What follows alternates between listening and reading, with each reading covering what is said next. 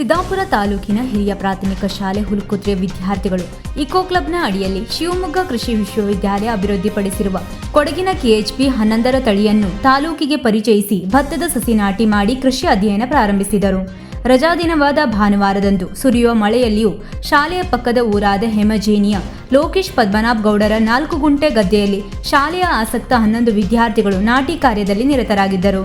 SDMC ಉಪಾಧ್ಯಕ್ಷೆ ವಾಣಿ ನಿತ್ಯಾನಂದ ಗೌಡ ದೀಪ ಬೆಳಗಿಸಿ ನಾಟಿ ಕಾರ್ಯಕ್ಕೆ ಚಾಲನೆ ನೀಡಿದರು. ನಂತರ ಮುಖ್ಯ ಶಿಕ್ಷಕ ದರ್ಶನ್ ಹರಿಕಾಂತ್ ಹಾಗೂ ಗಂಗೆ ಮಾವಲಗೌಡ ಇವರು ಸಸಿ ನೆಡುವ ರೀತಿ ಹಾಗೂ ಸಸಿಯ ಅಂತರವನ್ನು ತಿಳಿಸಿಕೊಟ್ಟರು. ಸ್ಥಳದಲ್ಲಿ ಸ್ಥಳೀಯರಾದ ಲೋಕೇಶ್ ಪದ್ಮನಾಭ್ ಗೌಡ, ಜಗದೀಶ್ ಪದ್ಮನಾಭ್ ಗೌಡ ಉಪಸ್ಥಿತರಿದ್ದರು.